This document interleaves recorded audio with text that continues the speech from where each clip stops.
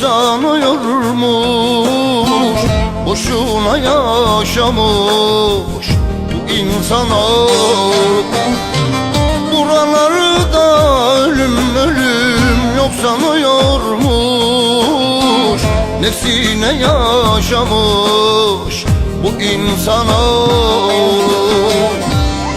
Herkese bir kader tahsis edilmiş, ana rahmine düştüğünde başlıyormuş hayat. Çılgın gözleyişler, çılgın sevişler başlıyormuş insanların sana dair. Bir annenin karnında elini gezdirmesi gibi hayatın en tatlı yanını yaşıyormuş o an insanlar. Bir can gelecek, o haneye can verecek, neşe verecek, huzur verecek, yaşayacak, büyüyecek. Belki gelin olacak, belki askere gidecek, ama bir gün gelecek, o da ölecek. Kaşla göz arasına sığan bir hayat, ne çabuk geldi geçti, heyhat ki heyhat. Vakit belli değil, hangi dakika, hangi saat, gece mi, gündüz mü? Bir fırtınayla da gelebilir güllü gülistanlıkken de. Ansızın çalar kapın Azrail, bugün de benim canımı alma diyemez, susar o dil. Bu dünyada benim dediğin hiçbir şey senin değil. Sen hiç hayatın tapusunu gördün mü hayatın? Hayat defterinin en bilinmez yerinde ince bir bilmece, hayal aleminin de vurgun yediği amansız bir çelmedir ölüm. Amansız bir çelmedir ölüm.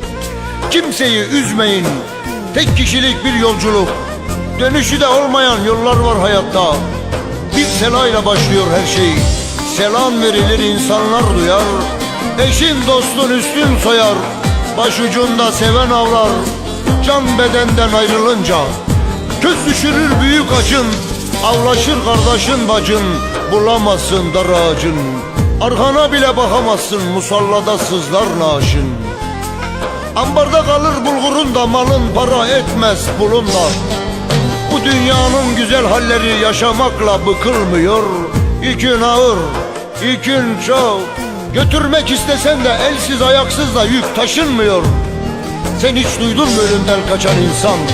Sadece alnındaki yazında ölüm günün o gün değilmiş, o gün değilmiş.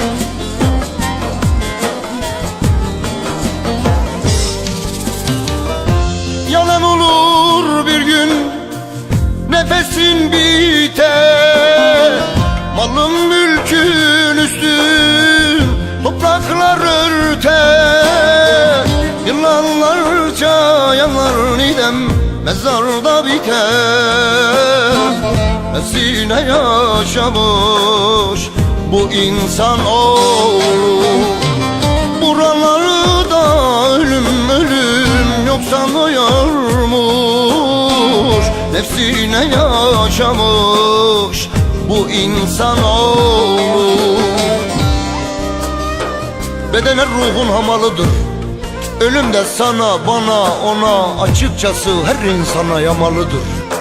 Canın çıkacak boğazından bir dikenli tel gibi, bedenin acımayacak, ruhun sızlamayacak. Unutma, herkes ölünce doğarmış, bu gerçeğin de hiçbir yalanlık payı yok. Dedim ya, 24 saat içine sığan bir hayat, kimine göre ihtiyar, kimine göre çaresiz, kimi de bahtiyar göçüyor bu yalancı dünyadan. Sen de unutulacaksın, tıpkı önceden ölenler gibi. Sana dair de hiçbir şey görmek istemeyecek dostların. Anıların onların içini acıtacak. Ayakkabıların kapıya konulacak, cenazen kapında yunulacak. Elbiselerin dolabını terk edecek. Bir göç başlayacak, senin yorulmayacağın bir göç, ama senin yoracağın bir göç. Sevilen biriysen cenazen de kalabalık olur. Adam da değilsen mezar işleri müdürlüğü sana adam tahsis eder. Öyle gömülürsün, kimsesiz gidersin konuşmayanlar ülkesine.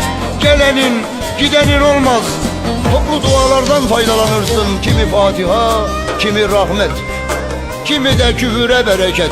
Ama kârdasın, ölünün arkasından da kimse sövmez. Sövse de fayda etmez, çünkü ölmüşsün. Herkes senden vazgeçmiş, sen de her şeyden. Neyiz, Neyin peşindeyiz? Neden hayattayız? Gayelerimiz, arzularımız, damakkarlıklarımız var bitmek bilmeyen. Hayatın renklerine aldanmışız. Kimimiz siyahı, kimimiz kırmızı, kimi sonbahar sarı, kimisi de deniz mavi. Ama her şeyin sonunda toprak rengi oluyor her şey. Herkes kaderini yaşıyor ve göç ediyor bu dünyadan. Mezarlık son durak. Gidip de dönen yok, ilerisini de bilen yok. Değişmeyen tek gerçek, ölüm ve doğum tarihlerin yazılır o taşa.